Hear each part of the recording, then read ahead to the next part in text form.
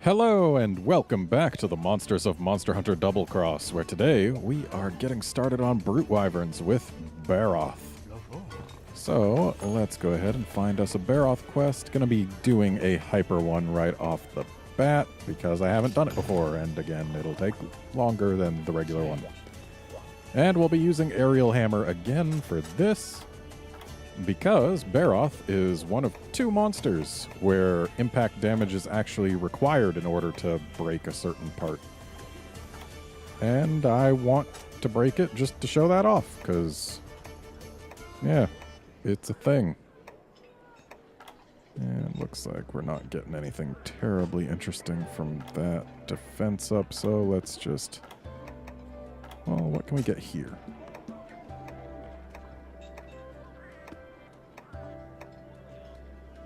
Okay, Defender High and Insurance is pretty good.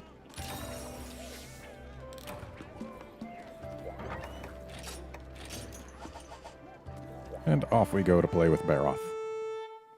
Incidentally, both monsters that require impact damage to break a certain part are Brute Wyverns.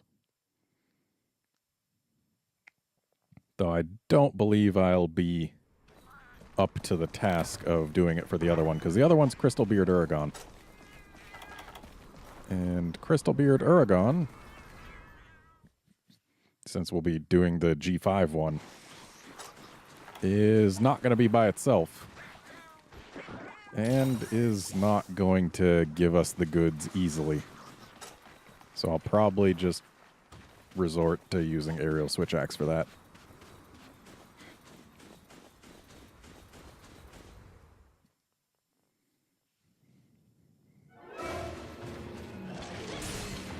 Hello, Barroth.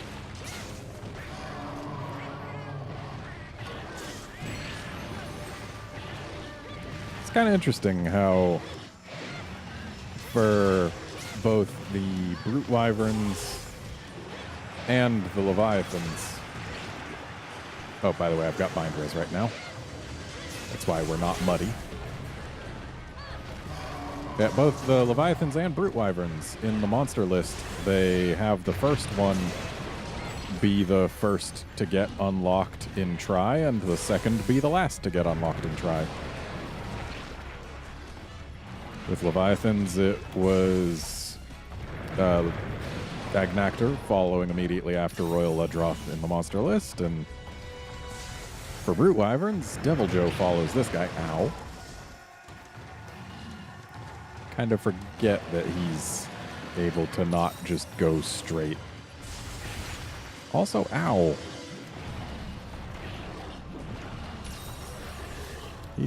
He's got some surprising damage output. What, you're leaving already? Oh, you're going to get back all that 0 mud that you actually had taken off of you? I mean, I guess you can do that. Also, it annoys me that he goes out past where we can in order to roll around on this map. Just a little annoying.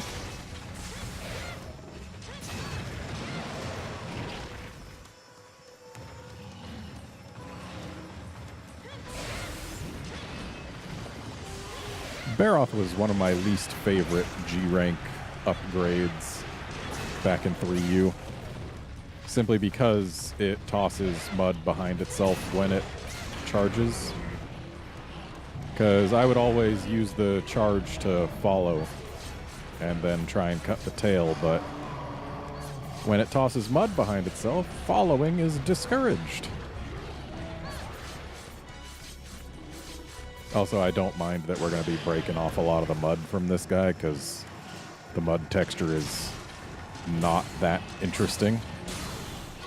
So I'd much rather get to see what's beneath.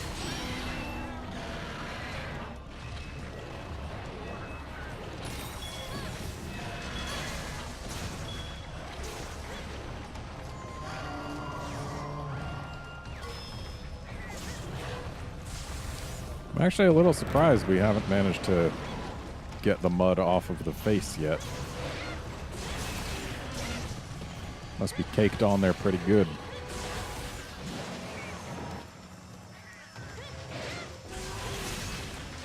And incidentally, it is that crown of his that will be busting off using our hammer. Ow.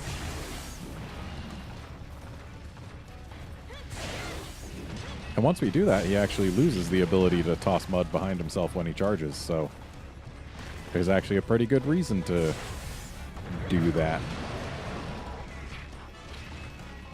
Oops. Thanks, cats.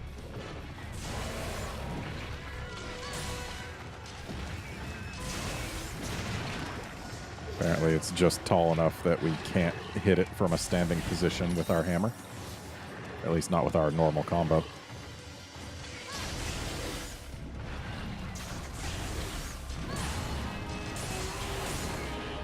On the other hand, when his head is slightly lowered, then we can hit it all we want.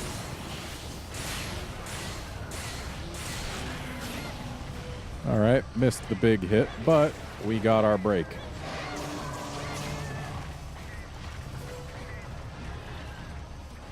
And I like how it just falls off and gives you an extra thing to carve.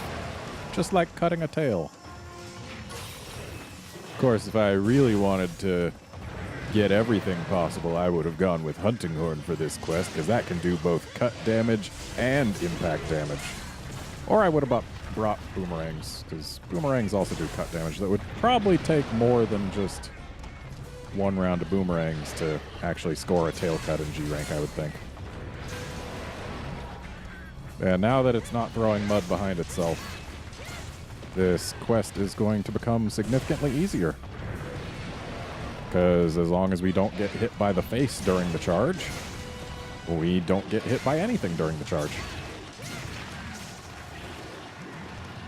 Making what was once its most...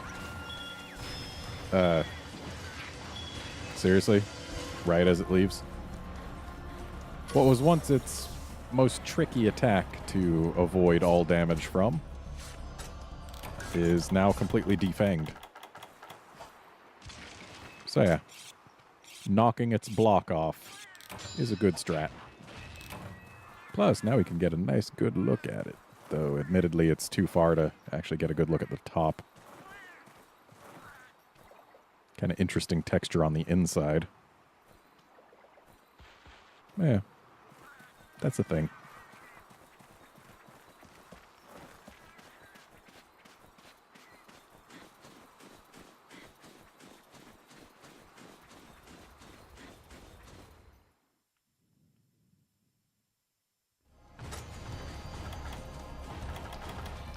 I'm going to go ahead and dung him, because he's most likely to go back to the area we had just been in, because he prefers to be in areas where he can get his mud back.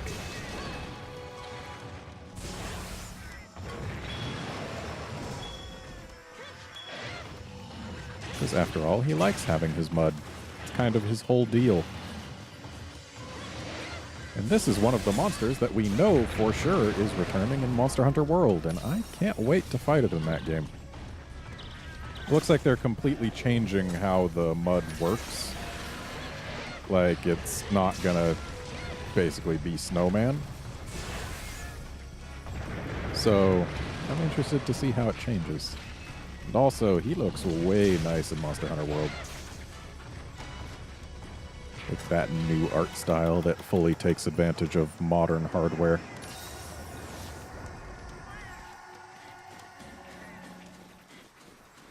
And unfortunately, he went to the other area where he can get his mud back.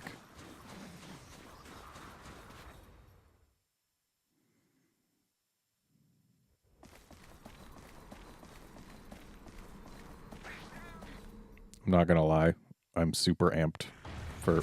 Oh, he didn't go quite there yet. I was expecting him to already be in the Oasis. Yep, I'm super amped for Monster Hunter World. It's gonna be a good time, I can tell. I actually got to see it played, though unfortunately didn't get to play it at the Tokyo Game Show. Because both of the days I was able to go, they ran out of tickets to play it before they actually let the public into the show floor. So basically it was just industry and press people who got to play it, which kind of made me sad. I really wish I could have played it, but I mean, it's coming out in just a few short months anyway. Just 3.5 months from the time of this recording, or thereabouts. And incidentally, it comes out mere days before my birthday.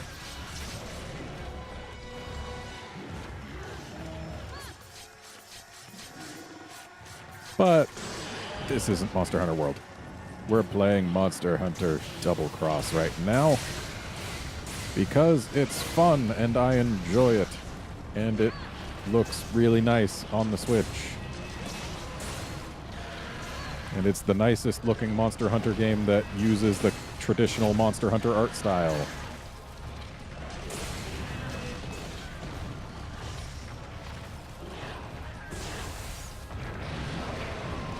And we're still going to be playing this for more than a month from now, considering that we are not quite yet at the halfway point of this particular video series. In fact, we will be just at the halfway point after the next episode.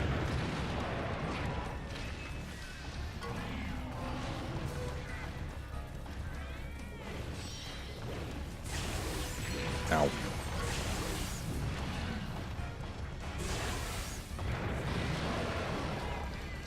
So there's some interesting things about Barroth, in that not only was it the first brute wyvern that people got to really play with, it was also pretty much Try's first wall.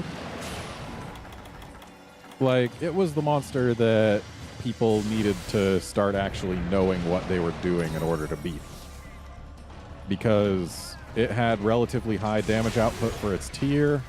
It was an urgent quest, and just generally, it was the type of monster where you had to know what you were doing in order to take it out in time and safely enough. And I remember on online play, which used a different HR system than any Monster Hunter before or since, to my knowledge.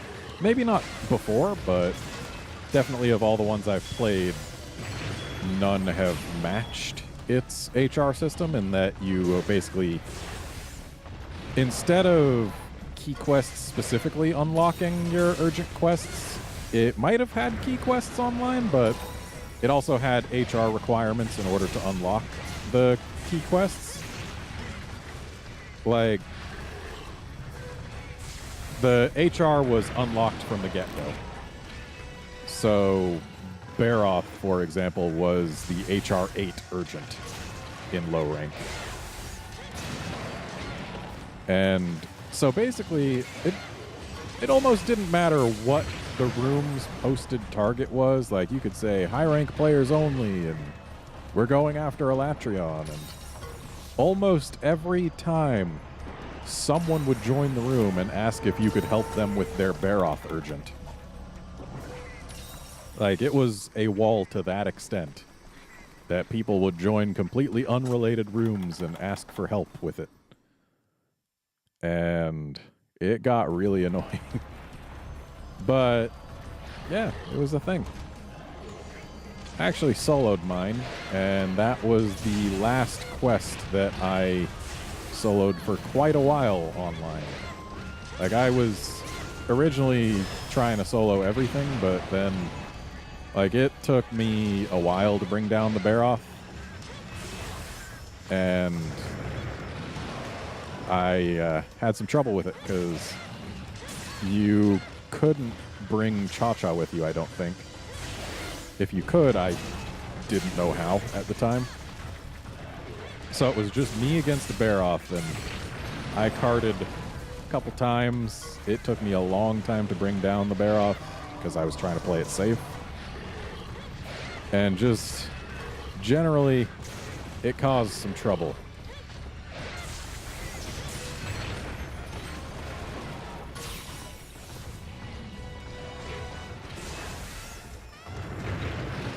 And yet I have fond memories of it.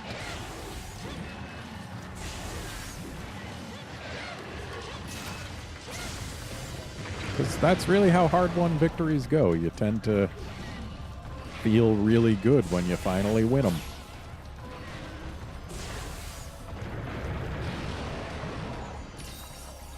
And that was my first Monster Hunter game, so my inexperience was another thing that probably contributed quite a bit to my quest time. Ow.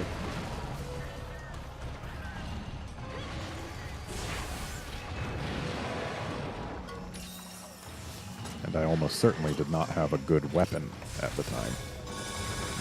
Yeah, I think after that, I decided to just play the village for a while and go until I got some better gear before I played online, because I didn't want to hold people back and whatnot.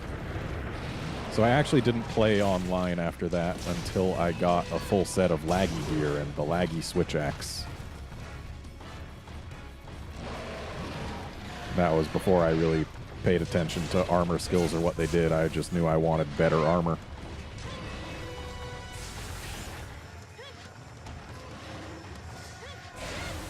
And I really liked Laggy, so I wanted to make his armor.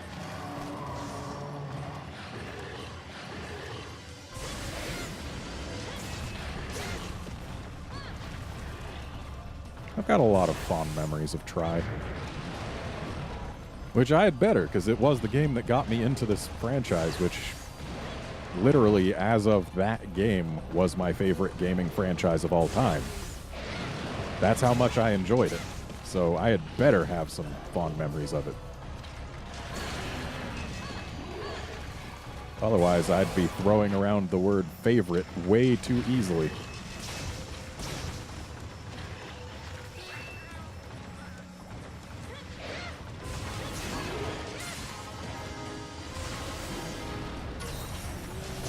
Apsaros, you want to maybe get out of here?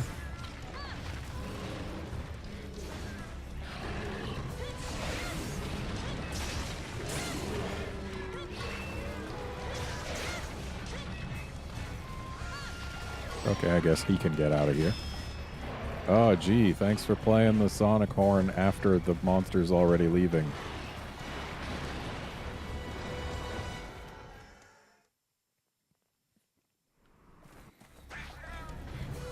I'm pretty sure Barroth was urgent in both offline and online in both ranks. Of course, that's to be expected when it's clearly a tier apart from other early monsters in a game where there are only 18 monsters, 3 of which are Elder Dragons, and at least 2 of which, maybe more, but definitely at least 2 of which are high rank only.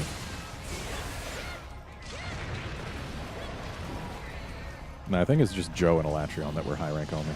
Yeah, there were low rank gens. And another thing that made this guy take longer when I was soloing it online is Tri was the last Monster Hunter main series game where the online was balanced around 4 players. I don't know if there were any others where that was the case, but there's a reason they did it. And it's because it actually had true online. It was the first game in a while to have true online in the series. Because all the PSP games were online capable, but they had to do it through the Ad Hoc Party app on the PS3. So they didn't have true online. They had to spoof an online connection. Whereas Tri just went online.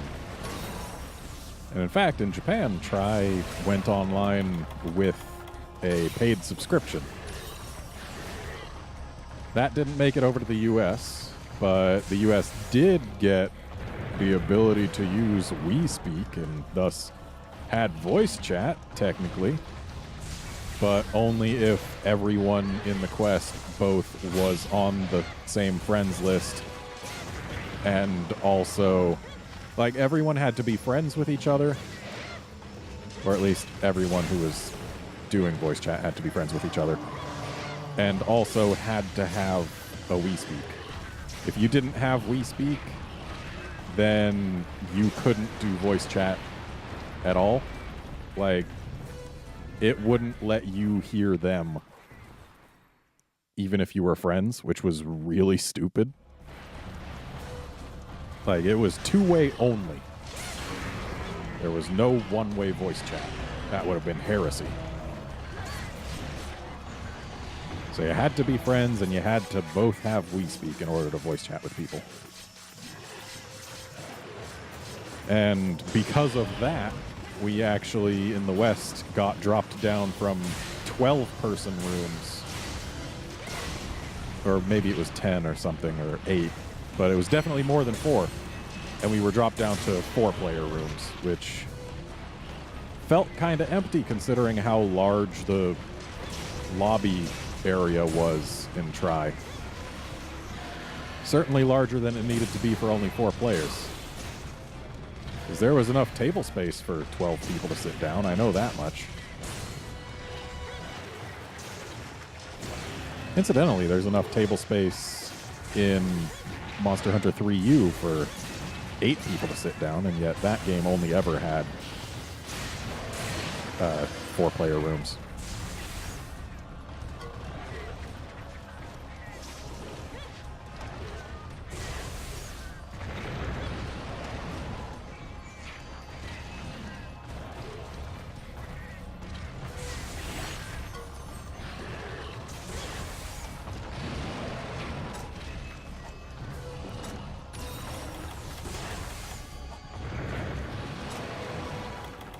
And incidentally, Jade Barroth, this guy's subspecies, has the distinction of being my least favorite monster to fight in Monster Hunter 3U.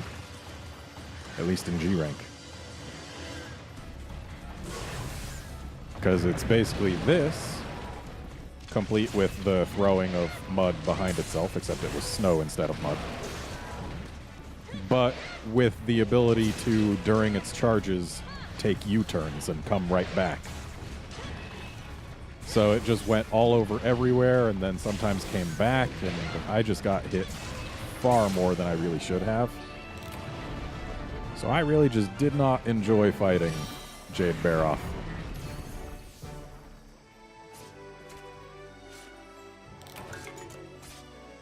Though, in terms of appearance, I do prefer Jade Barroth.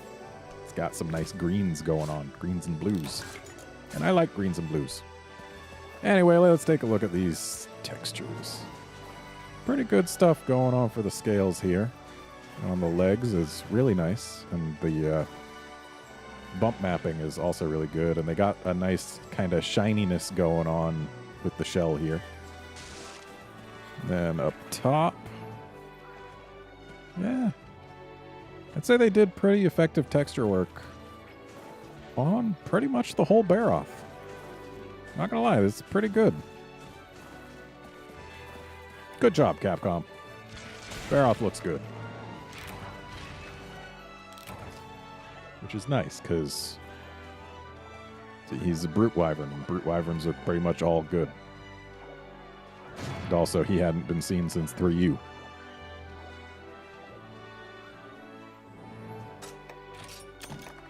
What a kill screen this is. Wow, we can see so much, can't we? That's definitely one to frame and put up on the wall.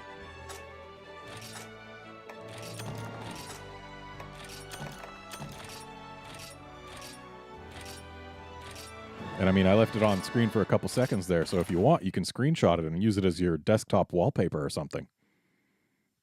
You're totally allowed to do that. I mean, I know it's just a beautiful work of art, so yeah, that's my gift to you. Veggie Elder ticket. Thanks. And that's going to be it for this episode. Join us next time when we take on Devil Joe. See you then, friends.